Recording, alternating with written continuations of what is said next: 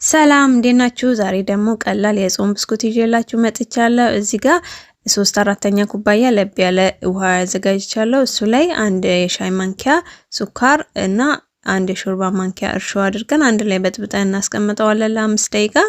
እርሾ እንደሚሰራና እንደማይሰራ ለማረጋገጥ በዚህ መልኩ ብታደርጉት ቆንጆ ነው።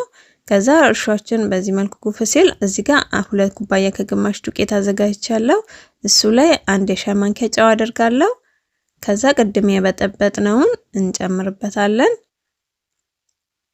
እንደዚህ አንድ ላይ ካደባለኩት በኋላ 1/4 ኩባያ ዘይት እንጨምርበታለን። ይሄንን አሁን አንድ ላይ በደንብ አድርገን አሽተን እናቦከዋለን። ሊጣችን ለስለስ ያለ አይደለም፣ ትንሽ ጠንከር ያለ ሊጥ ነው።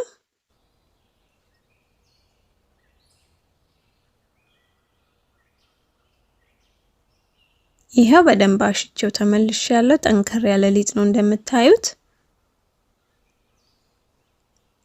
ቪዲዮውን ደግሞ ላይክ እያደረጋችሁ ግቡ።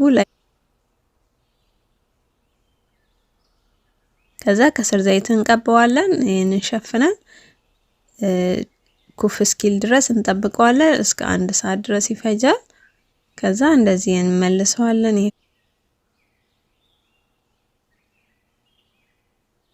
አሁን የምንዳምጥበት ላይ አድርገን 2 ቦታ እንቆርጠዋለን ሊጣችንን።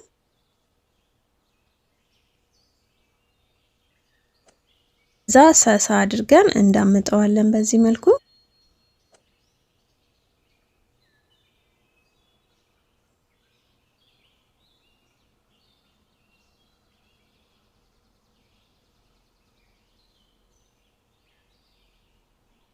እንደዚህ ከዳመጥኩት በኋላ ዘይት ወይ ደግሞ ቅቤ ማድረግ ትችላላችሁ። እኔ ዘይት ነው የተጠቀምኩት። እንደዚህ እንጠቀልለዋለን።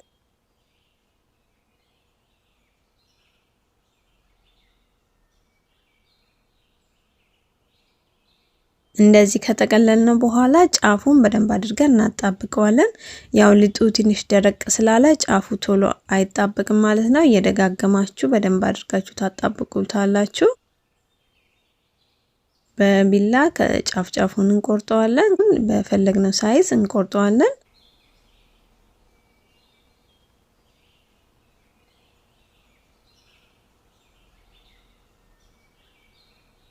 እንደዚህ ቆርጠዋለሁ። ከዛ እንደምታዩት ወዲያውኑ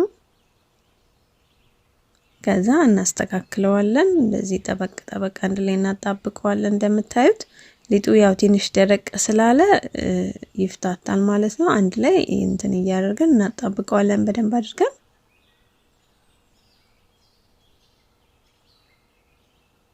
ዘይቴ ሞቋል። እሱ ላይ ወዲያውኑ እንጠብሰዋለን ማለት ነው። እሳታችን መካከለኛ ላይ አድርገን ቀስ ብለን እንጠብሰዋለን።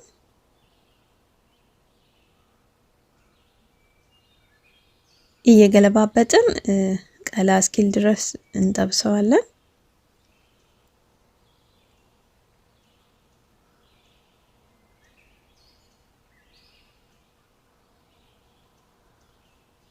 ይሄው እንደምታዩት አሁን ደርሶልናል። በጣም ቆንጆ ሆኖ የቀረውንም በዚህ መልኩ እንጠብሰዋለን።